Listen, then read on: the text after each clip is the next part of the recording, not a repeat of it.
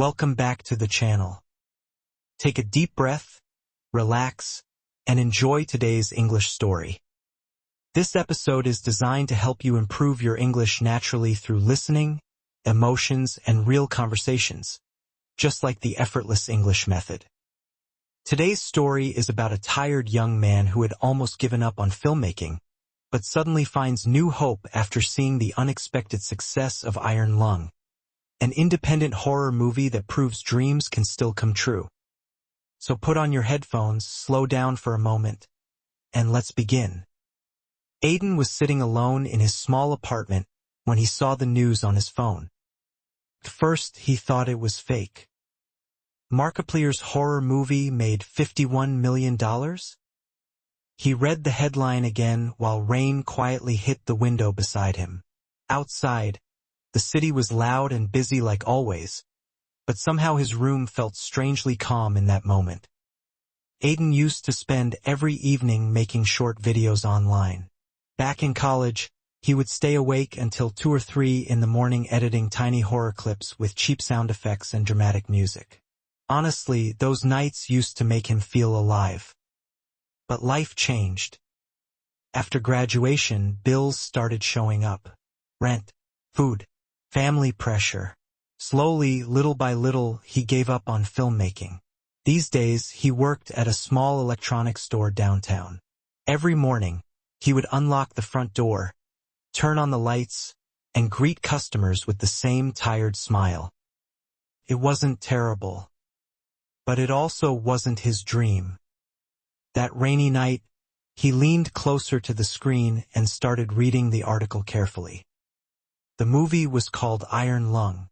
It was based on a horror video game from 2022. The story sounded terrifying and strange. A convict trapped inside a tiny submarine, moving through an endless ocean of blood in a dark post-apocalyptic world. Aiden could almost hear the metal submarine creaking in the darkness. The movie wasn't made by a giant Hollywood studio. That was the surprising part. Mark Fishbach, most people knew him as Markiplier, directed it himself and even helped distribute it through Markiplier Studios. And somehow, it exploded. The movie earned $51 million worldwide from only a $3 million budget. Its opening weekend alone brought in over $18 million. Aiden slowly put his phone down. "Wow," he whispered. For years, people had said independent creators couldn't compete anymore. Big studios controlled everything. Algorithms controlled attention. Dreams were becoming harder to hold on to. But suddenly, this movie changed the conversation. Bruce Campbell even called it a hero moment for independent filmmaking. Aiden smiled when he read that line. He used to watch Bruce Campbell movies with his older brother on old DVDs late at night. Back then, they would laugh at terrible monsters and talk about making movies one day. Funny how memories come back. Aiden stood up and walked toward the kitchen. He poured himself some coffee even though it was already midnight. Normally, he was going to sleep early because of work the next morning. But tonight felt different. Something inside him was waking up again. He opened an old storage box near the wall. Dust floated into the air. Inside were notebooks filled with story ideas, rough sketches, and old camera plans. One page had a title written in messy black ink. "The Last Radio Signal." He stared at it for a long time. Years ago, he would carry that notebook everywhere. On buses, to cafes, even during lunch breaks. He had almost forgotten about it.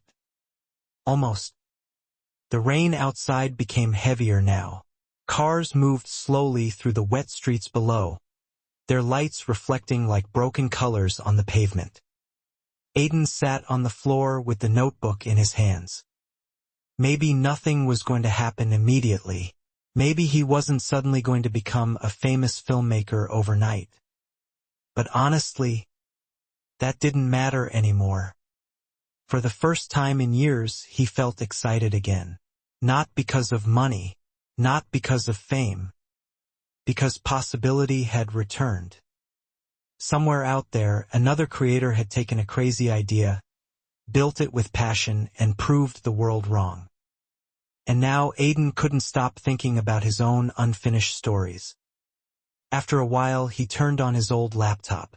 The machine made a loud, struggling sound before finally lighting up the dark room. He laughed softly. "Still alive, huh?" Then he opened a blank document. Outside, the storm continued. Inside, a dream was quietly starting up again. Before we continue, let's learn some important words from today's story. These words will help you better understand the mini-story and speak more naturally. Don't try to memorize everything. Just relax, listen carefully, and let the English flow into your mind. Ready? Let's begin. 1. Convict, noun.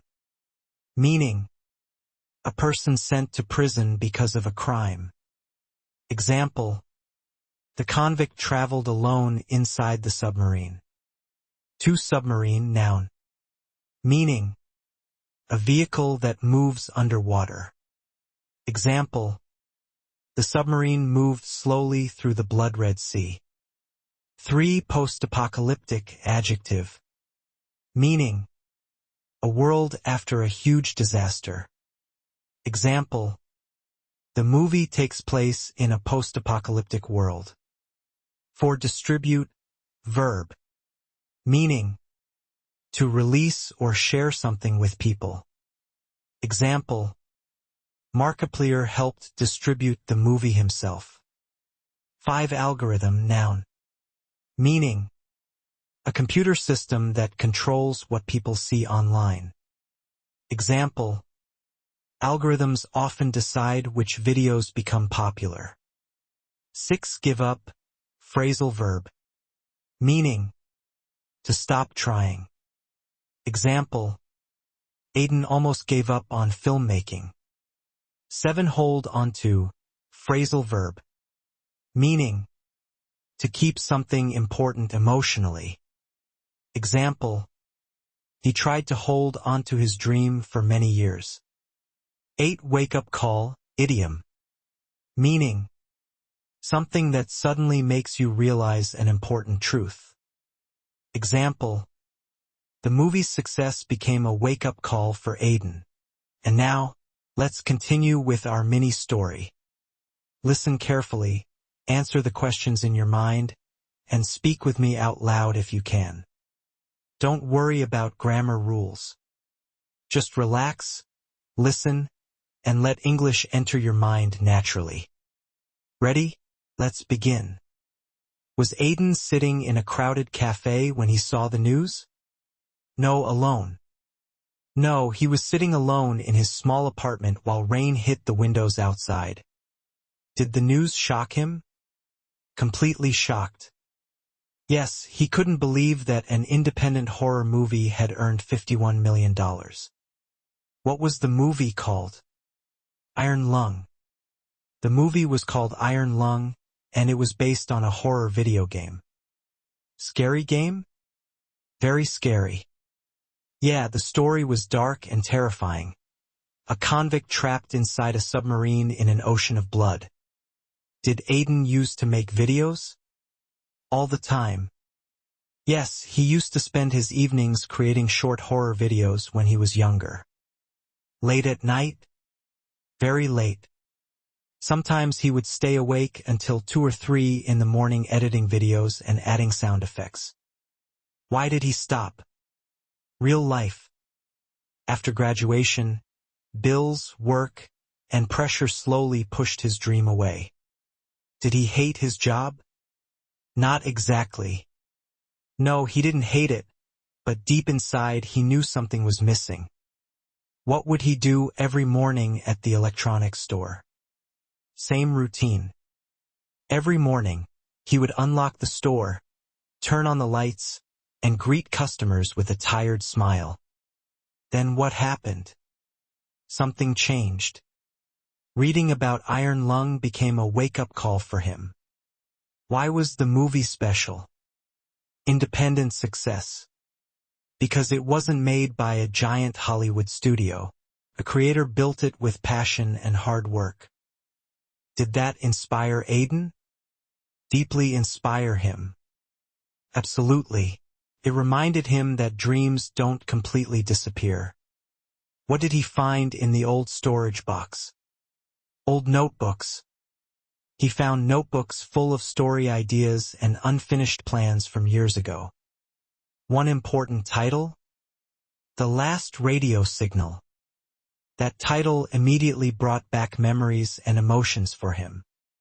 Was he going to become famous overnight? Probably not. No, and honestly, he understood that. So why did he feel emotional? Hope returned. Because after many years, he finally felt excited about creating again. Did he give up completely before that night? Almost. Yeah, he had almost given up on storytelling completely. Then what did he do? Opened his laptop. He turned on his old laptop and started writing again while the storm continued outside. A small moment? Very small. But sometimes tiny moments end up changing everything.